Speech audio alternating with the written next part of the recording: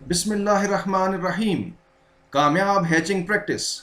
Incubator میں لگانے کے لیے انڈا فریش اور فرٹیلائزڈ ہونا چاہیے۔ فریش سے مراد یہ کہ انڈا 7 دن سے زیادہ پرانا نہ ہو۔ فرٹیلائز سے مراد یہ کہ انڈا مرغے اور مرغی کے ملاپ سے بنا ہو۔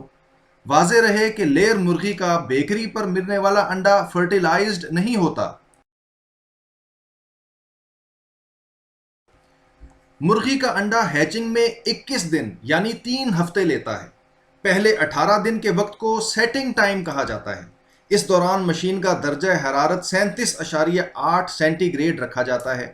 مشین کے اندر نمی کی مقدار کو 55 تا 60% پر برقرار رکھا جاتا ہے۔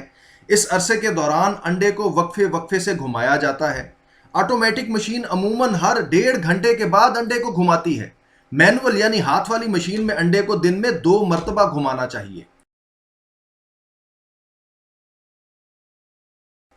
19ویں دن سے 21ویں دن تک کے وقت کو ہیچنگ ٹائم کہتے ہیں۔ اس دوران مشین کا درجہ حرارت 2-3 پوائنٹس کم کر دیا جاتا ہے۔ مشین کی نمی بڑھا کر 75 تا 80% کر دی جاتی ہے۔ اس دوران انڈے کو ساکن پڑا رہنے دیتے ہیں یعنی ہلاتے نہیں۔ اس عرصے میں مشین کو بار بار کھولنے سے سخت پرہیز کرنا چاہیے۔ 21ویں دن چوزا انڈے کو خود توڑ کر باہر نکل آتا ہے۔ چوزے کو پیدائش کے بعد مشین سے باہر نکالنے کی جلدی نہیں کرنی چاہیے۔ چوزا پیدائش کے بعد 24 تا 48 گھنٹے بغیر کھائے پیے مشین کے اندر خیریت سے رہ سکتا ہے۔ کوشش کرنی چاہیے کہ ایک ہیچ مکمل ہونے پر سارے چوزے ایک ساتھ ہی باہر نکالے جائیں۔